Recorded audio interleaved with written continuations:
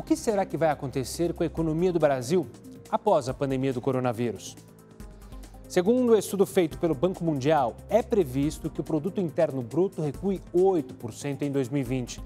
Mas na prática, como será que isso deve impactar no bolso do brasileiro? O Estúdio News começa agora.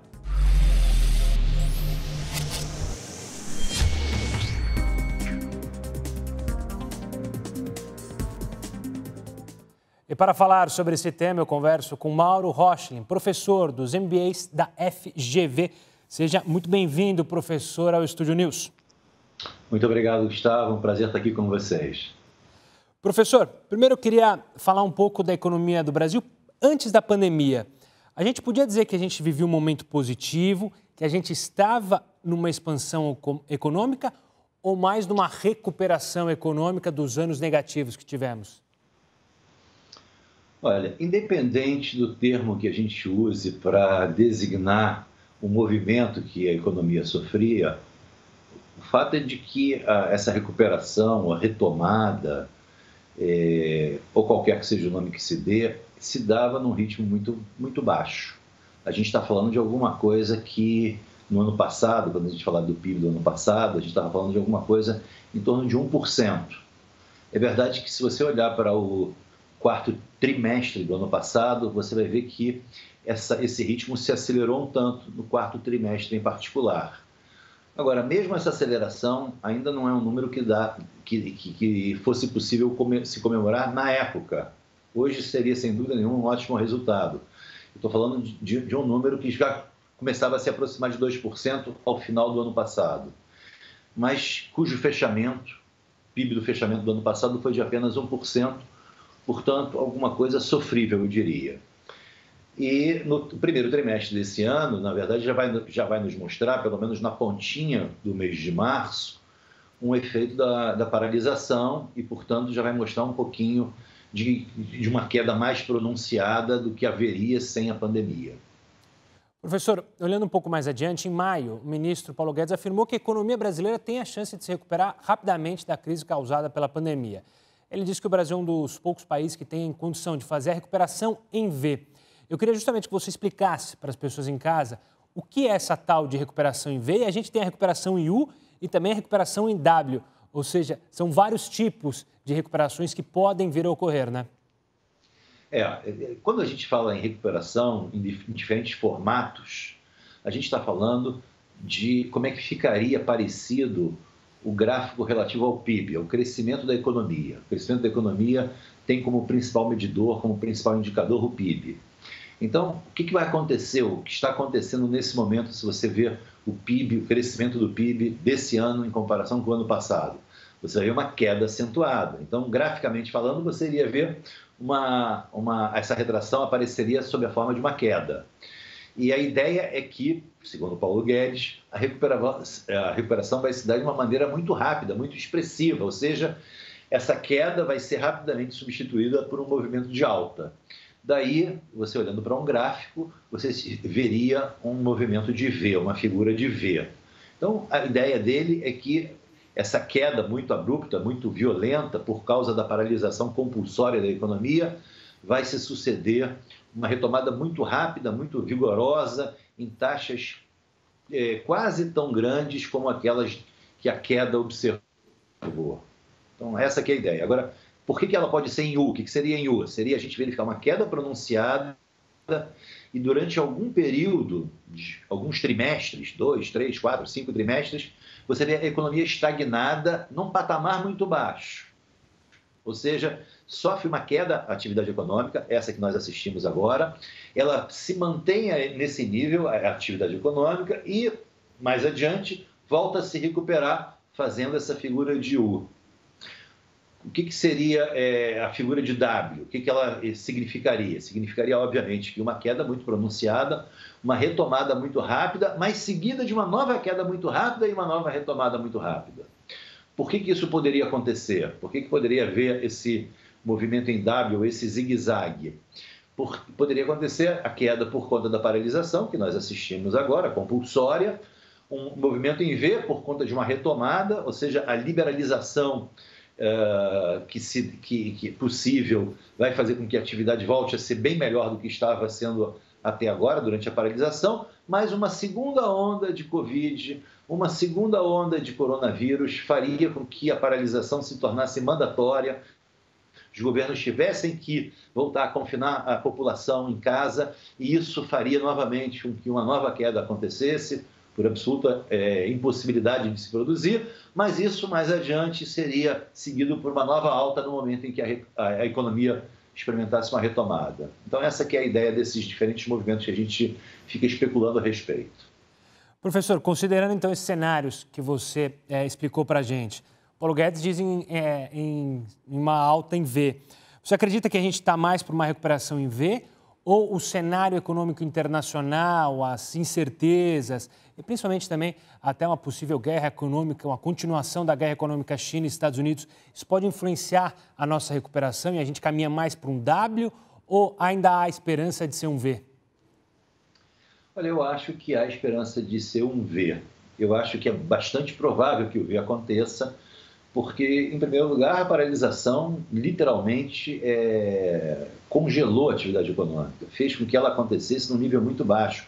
Vários setores ficaram literalmente imobilizados, né? É o caso, por exemplo, de comércio, principalmente restaurantes, bares, escolas, isso aconteceu com escolas também, vários setores industriais foram muito afetados. Enfim, houve essa paralisação de uma maneira geral.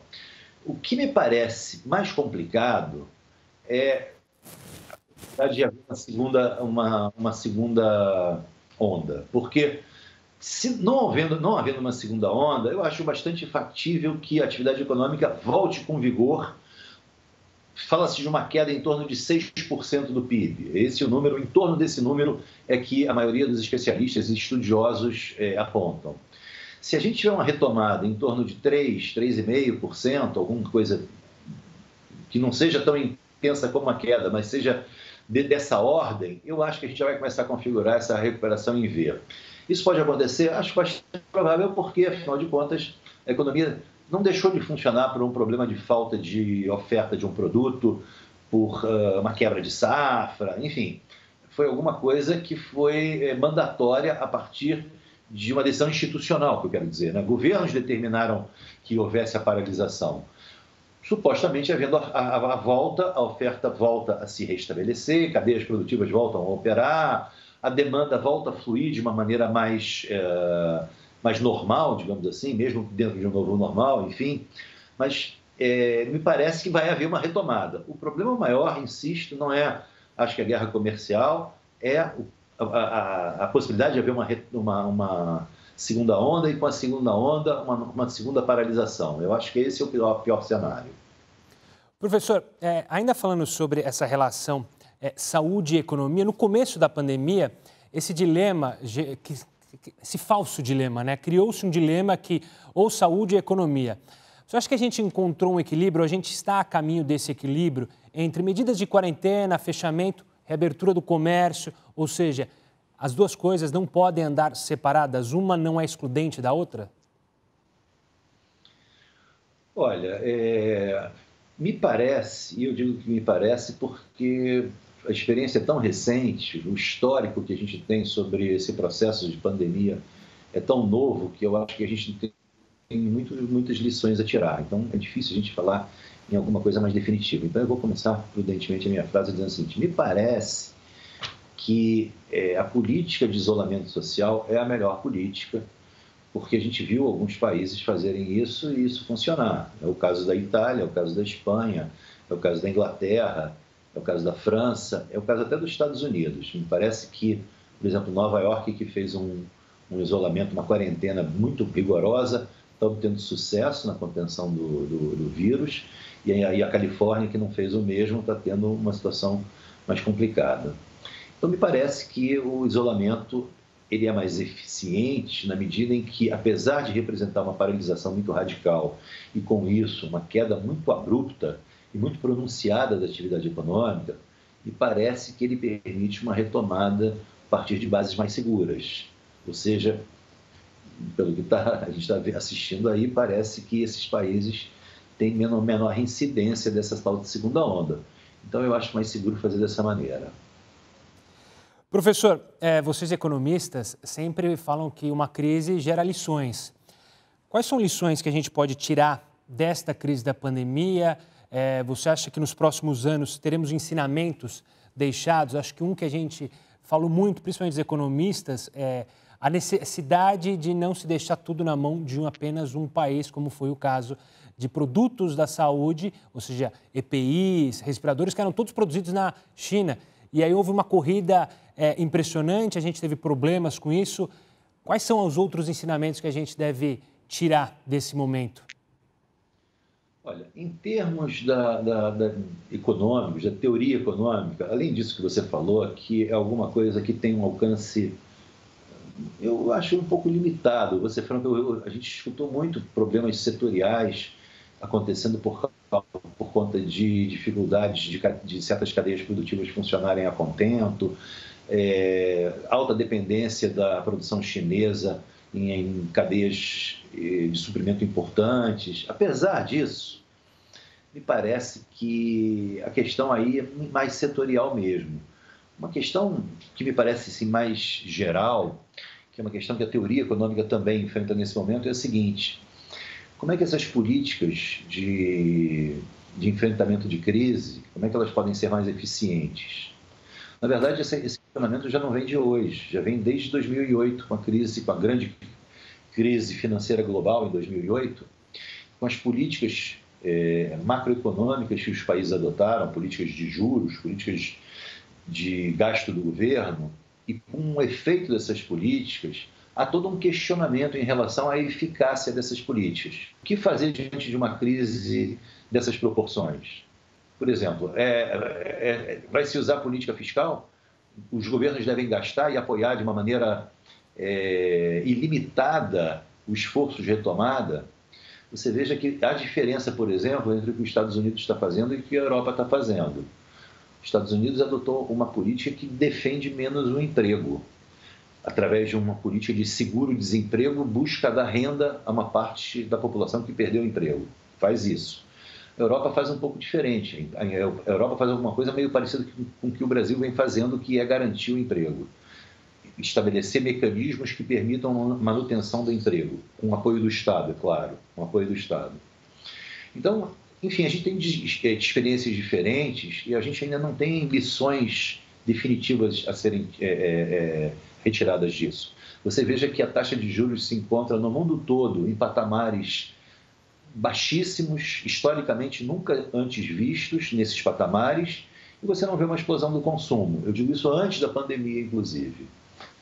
Então, eu quero te dizer o seguinte: a pandemia é muito recente, as lições a serem tiradas ainda são muito poucas. A gente tem que observar mais. Eu acho que nos arriscarmos agora a um palpite ou alguma opinião mais balizada é um pouco arriscado, seria até desonesto. Professor Mauro, eu quero agradecer demais a sua participação aqui no nosso bate-papo. Obrigado mesmo e até uma próxima. Ok. Conte comigo. Um abraço para todos. O Estúdio News vai para um rápido intervalo e volta já. Não sai daí.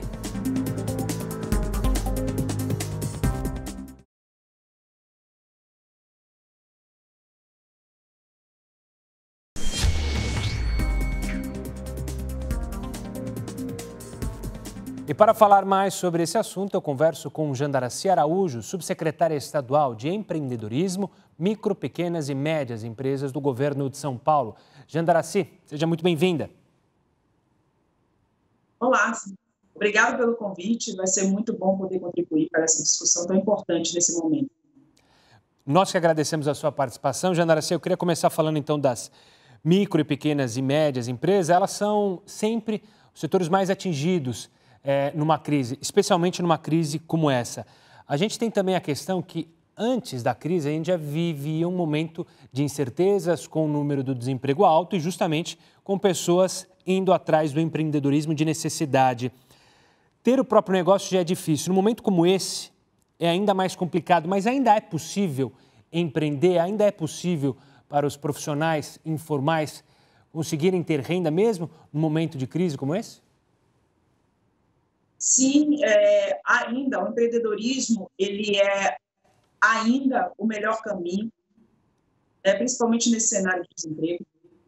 Mesmo com os números negativos que foram apresentados recentemente, alta do desemprego, né, e para cada emprego formal, a gente tem aí o dobro de empregados informais que são impactados, e a gente está falando que alguns são empreendedores, outros são trabalhadores informais. Eles também são impactados quando o emprego formal é reduzido.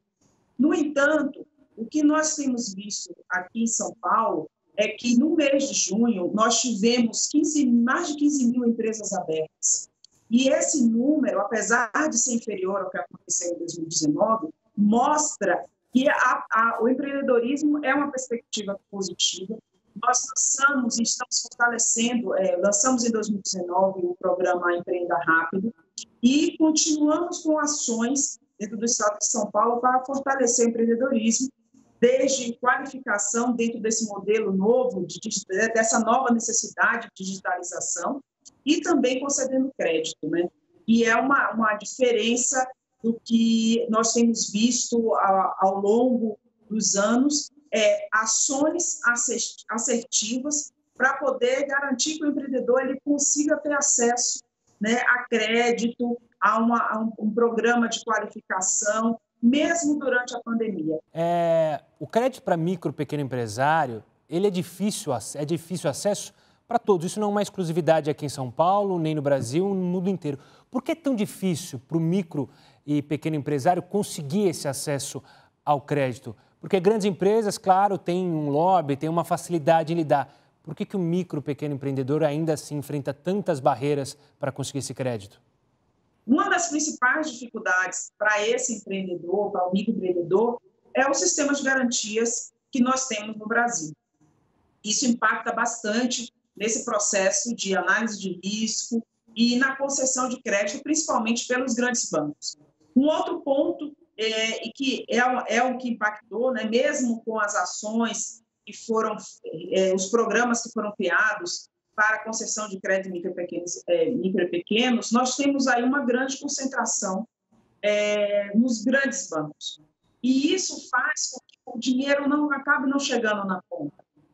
Nós fizemos, em termos estaduais, algumas ações, isso sem recursos federais, apenas com recursos do Estado, e conseguimos chegar na ponta, usando um fundo de aval, avalizando 100% da operação de crédito, e isso fez diferença. Mas os recursos do Estado, especificamente, para isso, são limitados, né? E isso impactou de nós não conseguirmos atingir a grande massa, a demanda é muito grande, e eu entendo que, se a gente trabalhar um novo modelo de sistema de garantias, principalmente para esse micro e pequeno empreendedor e o pequeno empreendedor, que são os maiores geradores de emprego, isso pode facilitar bastante também o processo de concessão de crédito.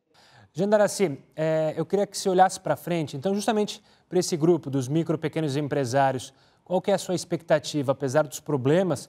Você bem citou aí da dificuldade do acesso ao crédito. Você vê com esperança ainda a retomada para esse micro, pequeno empreendedor? Acredito bastante nesse processo de retomada. Nós precisamos, sim, ajudar esse empreendedor a descobrir novos nichos, a retomar as suas atividades de forma estruturada e para que ele possa, né, daqui a um tempo, a gente possa ver os efeitos, né? Vai ser um pouco mais lento, né? Nós tivemos aí esses 6 meses de 2020 extremamente complexos, confusos, mas eu acredito sim que empreendedorismo é uma saída e que se reinventar vai ser a solução para quem empreende de forma tradicional, não está no modelo tecnológico, não é um negócio voltado à tecnologia ou voltado aos grandes setores que apresentaram crescimento nesse momento. Jandaracy, eu quero agradecer demais a sua participação aqui conosco no Estúdio News. Muito obrigado. Eu que agradeço a oportunidade e vamos acreditar no empreendedorismo como um grande motor, né, da retomada da economia. Agora eu converso com Arthur Martinho, vice-presidente do IBREI, o Instituto Brasileiro de Desenvolvimento de Relações Empresariais Internacionais. Obrigado pela participação aqui conosco, Arthur. Valeu, Gustavo. Obrigado. Arthur, no primeiro bloco eu estava conversando com o professor Mauro, da FGV, e a gente falava que ainda é muito cedo para se especular o que vai acontecer com a economia mundial, mas muito tem se falado justamente sobre a dinâmica das relações globais. E é isso que eu queria saber de você. Dizem que ela vai ser modificada. O que vai mudar? Quais serão aspectos positivos e negativos dessa mudança? Bom, falando sobre essa movimentação que vai acontecer, isso é óbvio, a primeira coisa que me vem à cabeça nesse sentido é o que já acontece há alguns anos, né? Mas agora vai se tornar ainda mais forte, que é o fortalecimento intrablocos, ou seja, os países eles vão, obviamente, ter essa preferência para parceiros mais próximos. Até mesmo depois desse momento que nós estamos passando, o que o menos vai ser colocado em pauta vai ser a parte logística, né? Porque quando você fala de fazer negócios com países de outros lugares mais afastados, vai ser complicado, porque a gente está no momento que, claro, as pessoas estão com medo. Então, eu acredito que essa movimentação intrablocos vai acontecer de uma maneira muito mais forte, principalmente quando a gente vai falar de Mercosul, e agora em um momento com possível ratificação, né, do acordo da União Europeia com o Mercosul, mais uma movimentação que vai ser muito forte para o Brasil. Só que eu tenho uma visão muito clara nesse sentido. Quando a gente fala em possibilidades de mercado, eu acredito que aqui a América em si tem muitas oportunidades que são pouco exploradas pelos brasileiros, que precisam colocar na mentalidade, né? Essa movimentação tem que começar a acontecer, né? Principalmente tirar um pouco daqueles países hegemônicos, porque a partir do momento que a gente fica preso a um ou dois países, a gente começa a ter aquela movimentação de dependência, que é justamente tudo que a gente não quer. E aí eu falo para você, se a gente for falar de pontos negativos, a gente está no momento que as pessoas estão com muito medo. Por quê? Falta de informação, muitas palavras sendo colocadas em governos, em países, em praças, né, de movimentação que poderiam ser interessantes para uma empresa e que acabam sendo colocadas de lado. Ou seja, as pessoas estão com medo, elas estão levando muito em conta o que os outros estão falando e estão esquecendo que elas têm que prestar atenção no seu produto, na sua marca e ir atrás de informações fidedignas, né, independentes. Eu acredito que essa é uma movimentação que vai acontecer, e já está acontecendo, nós temos visto isso muito no próprio Instituto, mas, acima de tudo, algo que a gente tem recebido e muito forte, é uma questão, neoprotecionismo. As pessoas têm que começar a valorizar o nosso produto nacional, e a gente não precisa ir muito longe. Quando a gente fala, por exemplo, de um mercado muito forte, a China, um dos primeiros atos que o governo chinês fez, vamos valorizar o nosso mercado interno. Por que a gente não pode valorizar o nosso mercado interno também? Porque a gente não pode começar a entender essa valorização, que é algo muito distante. E sim, os setores estão sentindo. Eu posso dar um exemplo para você, claro. Por exemplo, o setor têxtil, setor agora calçadista, que nós temos acompanhado de perto, eles estão sofrendo. E não só setores, nós estamos falando de cidades, empregos, todos envolvidos. Então, é uma bola de neve. Né? Então, é isso que eu tenho sentido muito forte, né? Em todos os sentidos. E olhando para esse cenário que está posto aí na mesa, com medo, com essa retomada necessária para um olhar para o mercado interno, como você vê a retomada da economia aqui no Brasil? Existe algo positivo de sermos um país em desenvolvimento, ou seja, podendo se expandir em vários setores? Olha, a primeira coisa que eu gostaria de dizer, principalmente para o setor empresarial, nós temos que entender que nós temos que abrir a nossa visão, sair da nossa zona de conforto, porque essa zona de conforto é o que está gerando todo esse caos que a gente está passando, né? Mais do que isso, a gente está tendo a oportunidade de exercer a digitalização nas nossas empresas, nos nossos produtos, e a gente tem que utilizar isso da melhor forma possível. Ou seja, a digitalização ela veio para auxiliar, principalmente no sentido de democratizar, que todas as empresas, sejam grandes, pequenas, médias, o que for, elas têm oportunidade de entrar em outros mercados, né? A gente tem aí diversos exemplos de empresas que, com a crise, estão conseguindo performar muito mais utilizando a digitalização. Mas aí tem um ponto que eu gostaria de deixar bem claro. Quando a gente fala da digitalização, não significa que a gente vai deixar o lado físico da coisa jogado para o lado. Muito pelo contrário, a gente tem que saber aliar as coisas. Nós temos que compor essas duas oportunidades para fazer a nossa empresa o nosso produto performar de diferentes mercados, diferentes formas. Está aí o WhatsApp, está aí o Instagram, a gente tem que usar todas as plataformas possíveis para poder chegar ao nosso consumidor. Mas, acima de tudo, o consumidor ele vai sim ficar muito mais exigente. Dessa forma, a gente tem que preparar o nosso produto, tem que preparar a nossa casa antes, se a gente quiser performar em outros mercados. Mas, acima de tudo, quer entrar no mercado nacional de maneira mais ativa? Vamos melhorar a nossa empresa, vamos melhorar a nossa marca, vamos olhar o âmbito social e ambiental da nossa empresa. As pessoas se esquecem que o mundo, sim, está cobrando, mas essa cobrança já está começando aqui no Brasil. E a gente tem que estar preparado para isso. Eu queria falar mais dessa integração ao comércio global que você comentou, sobre um futuro neoprotecionismo, olhar um pouco para a gente.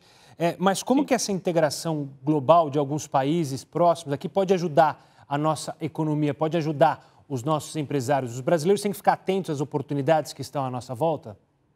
Com certeza. A primeira coisa, como eu falei, a gente não pode depender de um ou outro mercado. A gente tem que ter vários leques de opções na mão.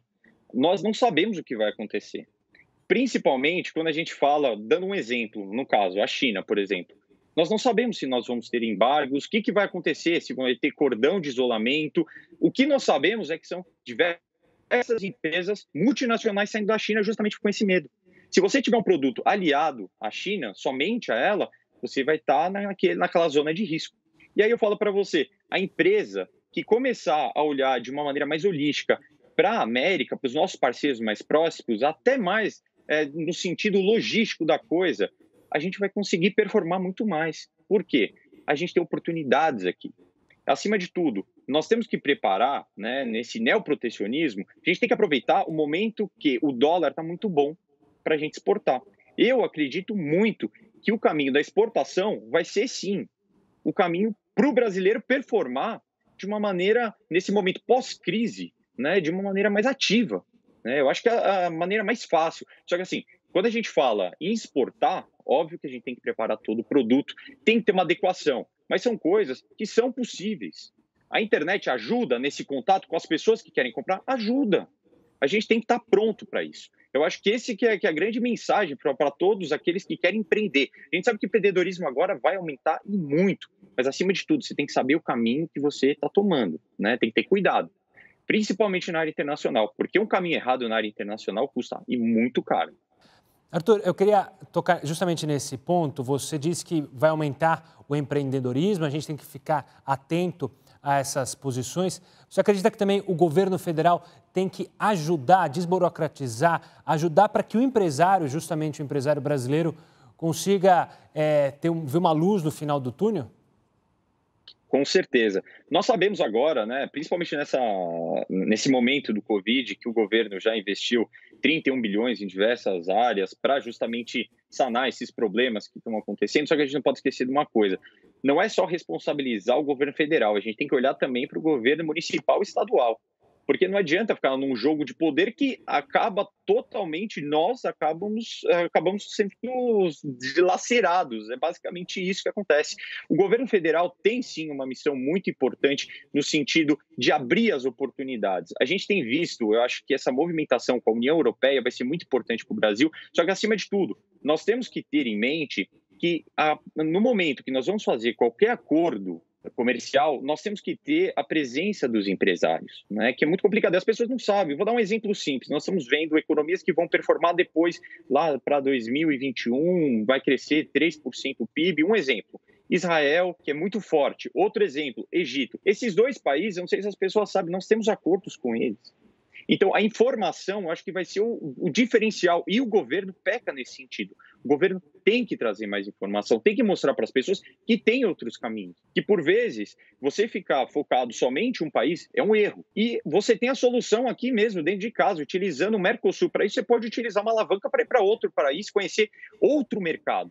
Eu acho que esse que é o momento para a gente começar a repensar nisso. As pessoas precisam saber dessas informações. E é muito complicado. Nós, por sermos totalmente independentes, nós temos essa principal função: trazer essas informações para as empresas, para todos os interessados. né, acima de tudo, que é uma função que o governo tem que desempenhar também. A gente sabe que está acontecendo e o que eu desejo é que aumente cada vez mais o nível de informação, porque as pessoas precisam. Nós ficamos meses parados aqui. A hora que começar, e aí, como é que vai ser? Ninguém sabe ainda. O que a gente sabe é que a gente tem que ser muito melhor do que a gente era antes. Porque a gente ficou 3 meses parados. Como é que a gente vai arrumar a economia? Então é muito delicado essa situação. Claro, delicado, mas é com a conversa e com a informação, como você bem disse, que a gente vai sair dessa. Arthur, quero agradecer demais a sua participação aqui, enriquecendo o nosso debate. Muito obrigado, Gustavo. Fico à disposição.